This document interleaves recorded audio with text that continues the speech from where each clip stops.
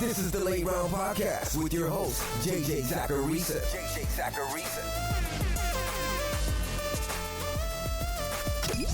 What's up, everyone? It's JJ Zacharisa, and this is episode 806 of the Late Round Fantasy Football Podcast, sponsored by FanDuel.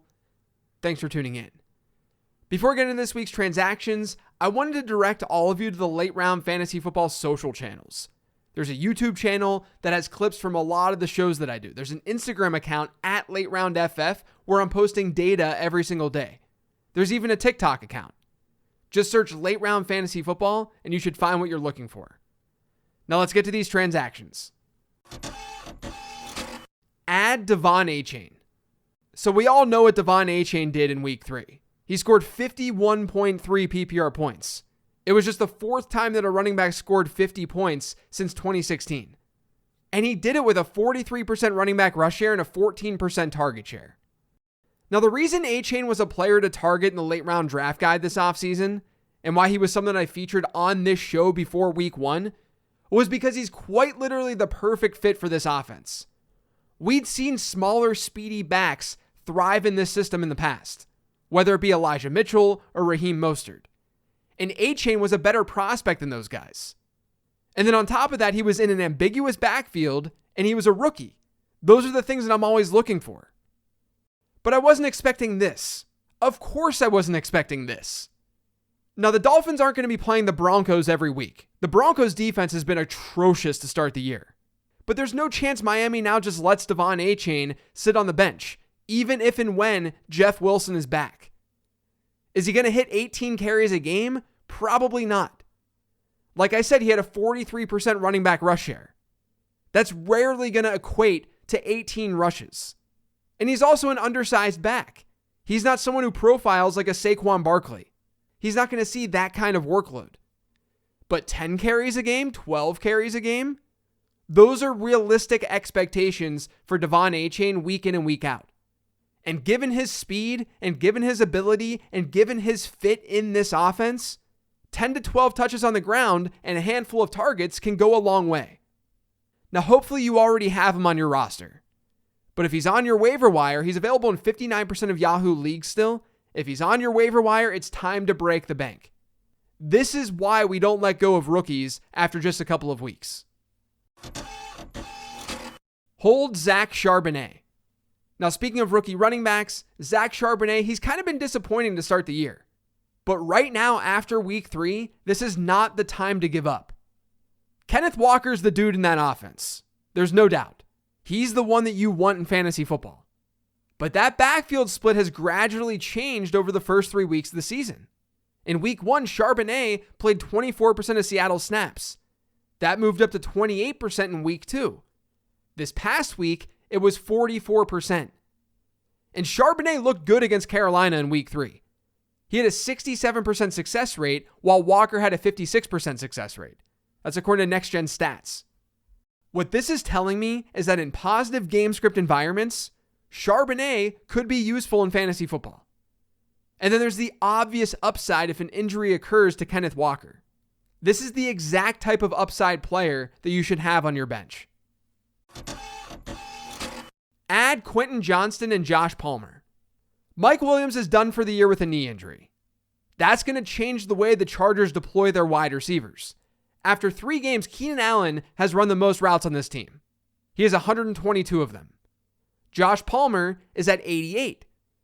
Quentin Johnston, their first-round rookie, is at just 36. Johnston's run fewer routes than Gerald Everett, Joshua Kelly, and Donald Parham. So with Mike Williams out, we should expect Johnston to see an uptick in routes. He's going to play more. Now, on the season, the Chargers rank in the top half of the league in percentage of plays run out of 11 personnel. That's 3 wide receiver sets. So Johnston's going to be on the field a lot more. The problem is that Palmer is clearly ahead of Johnston. So if you're looking for immediate production off the waiver wire, I think Palmer is probably your choice. Last season without Mike Williams, he saw about a 23% target share. But if you're fine with holding a higher variance player, which is what Quentin Johnston is, then maybe Johnston's the direction you want to go in. We've already seen Josh Palmer be just a solid wide receiver. I think the upside is still with Johnston. Largely due to ambiguity, don't get me wrong. I did think Johnston was a better prospect than Josh Palmer, but the lack of playing time for Johnston is somewhat of a concern. I talked about that last week on the show. And he was a very volatile prospect. But my stance overall is that if you're picking someone up to stash them, Johnston might be the play. If you need someone for immediate production, Josh Palmer's the play.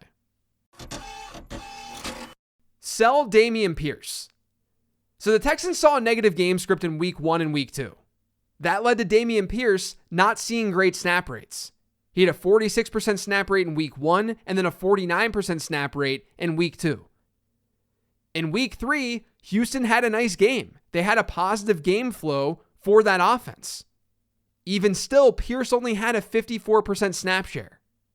Now, I understand the Texans were leading by a huge margin in that game, and in the fourth quarter, they used Mike Boone and Devin Singletary a lot.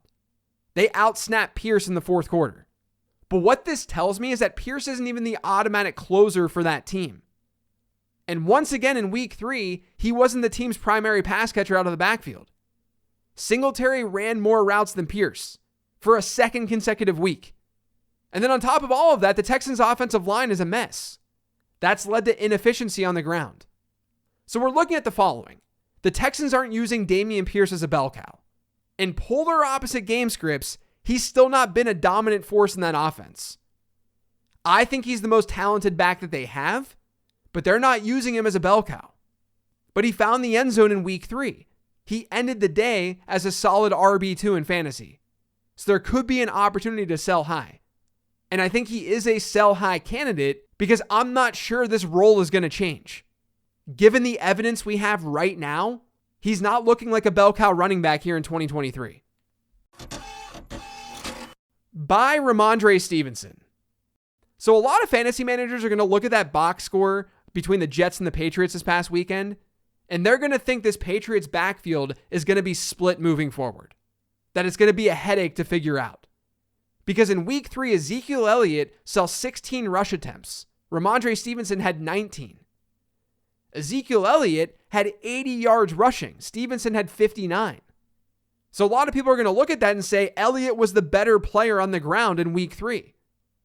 Why aren't they just going to give him more and more work? Here's the thing. Here's my breakdown of it. If you have Stevenson, I wouldn't be overly concerned. Elliott saw 9 of his 16 rush attempts in the fourth quarter. That's when the Patriots were trying to close out that game. In the end, Stevenson still had 19 routes to Elliott's 6. He was on the field for 65% of New England's offensive snaps. That's the difference between someone like Rhamondre Stevenson to someone like Dameon Pierce, who I just talked about. Now, his 65% snap share was lower than what he saw in week 1 and week 2, where he was at 74% and 72%. But it wasn't that far off. Stevenson's workload didn't look great compared to Ezekiel Elliott, but he was still playing a large number of their snaps. And if you look at the Patriots' schedule moving forward, it's not as kind as their matchup against Zach Wilson. They get the Cowboys, Saints, Raiders, Bills, and Dolphins over their next 5. If this Patriots offense is trailing, Ezekiel Elliott is not the running back that's going to be on the field. Rhamondre Stevenson is. He's the one who's catching passes out of the backfield. So if someone's worried about Stevenson, now could be a nice buy low moment for him. Add Marvin Mims. So this type of transaction, it's almost the inverse of what I typically say. I'm usually focused on peripherals. I'm focused on usage. Those things lead to production. So a lot of times I'm talking about buy low candidates or players to add off the waiver wire when their production hasn't matched their peripherals. When their peripherals look great, but the production maybe not so much. But in the case of Marvin Mims, his peripherals, his usage, they suck. It's his production that's been good. Through 3 games, Mims has run just 26 routes. But on those 26 routes, he's at 195 receiving yards. He leads the league with a 7.5 yards per route run rate. That's not going to continue, but it's awesome. So he's shown off that big playability to start the season. He's a good wide receiver. He was a good prospect.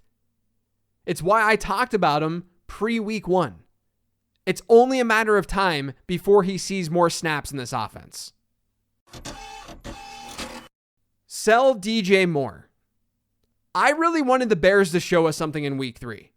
They had a decent enough matchup from a fantasy perspective against the Chiefs. I just wanted to see something. But they ended up having just a little over 200 total net yards. They were horrible. Justin Fields is now averaging a Desmond Ridder like 175 passing yards per game. Everyone in that offense is suffering as a result, except for DJ Moore. He's actually been okay in fantasy, partially because he got bailed out with a late touchdown against the Chiefs, but he scored 16.4 and 13.1 PPR points over his last 2.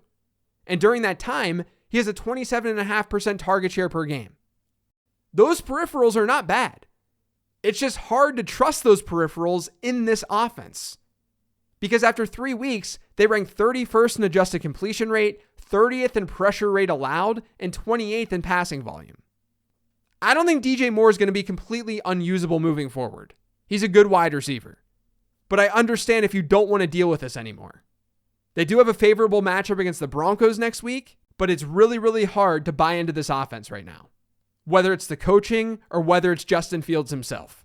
So it's totally reasonable if you want to sell DJ Moore. Add Wan'Dale Robinson. I think one of the sneakier low-key ads this week could be Wan'Dale Robinson. He returned in week 3 from that ACL that he suffered in 2022 during his rookie year. He kind of picked up where he left off. The Giants only let him run 8 routes, but he saw 5 targets on those routes. That type of targets per route run rate, that's a continuation of what we saw from Robinson last year. Among all wideouts with 100 or more routes run last season, Robinson's rate of seeing targets ranked in the 87th percentile, and he was a rookie.